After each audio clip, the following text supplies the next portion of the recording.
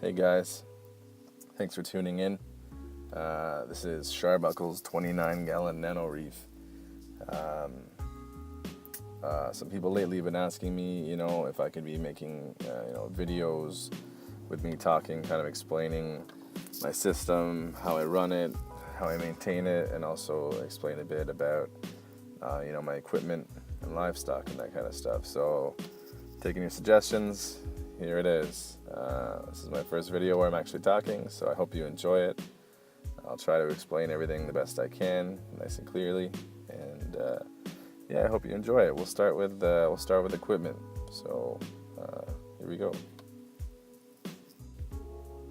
So the lights that I'm using for this system are the Aqua Illumination Prime. I'm running 2 of them. They're LED lights. They're really, really nice. They're a good price. They're not too expensive, and they're nice and low profile. I really like the shimmer I get from them. I really like the color for my corals. Next time I may hang them. I think it'll give it a bit of a cleaner look, but for now, you know what, I don't mind the bracket arms. They work pretty well, and I get a great pop from these lights. Super controllable, and I highly recommend them to anyone looking to not spend, $2,000 on lighting. They're great lights, great little lights. Next up, we'll talk about flow. So I can't get a really good shot of my power head, but it's the Tunzi NanoStream 6040 controllable pump.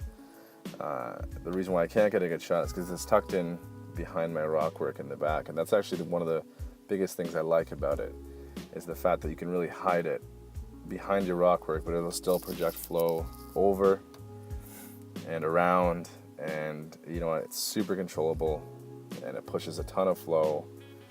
Since I've put this in and replaced my Corallia Nano pumps, I've really noticed the corals are kind of puffing out more, looking happier, and it's just a great pump. I got nothing bad to say about it. The controller is really easy. It's got a standing wave thing if you want that kind of stuff, but I just like it pulsing on for about 3 seconds, and then it comes off for 3 seconds, and it really creates a nice effect in the tank. And it's just a great pump, guys. Highly recommend that one. So for my overflow, I'm using an eShop's Overflow. The PF100, I believe, works incredibly well. No complaints here. Next time I'll probably drill my aquarium, but for now it works really well. It's near silent. I had to play around with it for a bit to get it silent, but it's good, and pretty cheap if you want to add a sump on your system, which I highly recommend. Next up, we'll talk about the Apex controller. I was having crazy temperature swings where it went from 70 degrees to 83 degrees. It was terrible. I'm pretty sure I lost my Coral Beauty angelfish because of it. Got this thing. No more temperature swings. It controls my heater, my lights, my sump lights. I love it. I love it. It's awesome.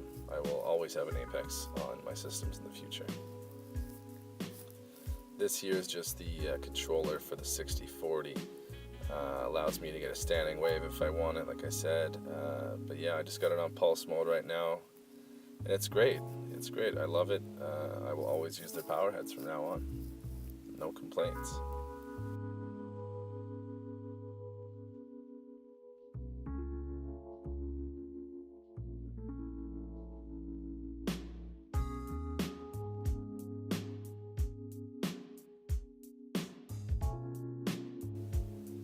So let's get into the sump for a minute. This is my sump, DIY. Not the prettiest thing in the world, but it works incredibly well. I got Shado growing in there. My return pump pushes some flow, so it allowed me to remove some power heads from my display, which I really like. This sump grows tons of pods. My Scooter Dragonette eats pods, so it keeps him nice, fat, happy, and content. And it wasn't that hard, as long as you get the right overflow, the right return pump. Putting a sump on your system is super easy. I've got the Apex controller controlling the light to come on and off. I've got some filter floss down there. As well in my sump, I also have the Tunzi Osmolator auto top off, which is also just, keeps parameters nice and stable. I don't have to worry about topping off my aquarium every day like I was, you know, twice a day almost on the really hot days. But sumps are great, highly recommend them. Unless you've got the all-in-one system, you know, you don't need it. But if you can drill your aquarium or put a hang on the back overflow, go for it, because you'll just be a lot happier with maintenance. It also takes a lot of the stuff out of the display, like I said, so you know, you get a nicer display.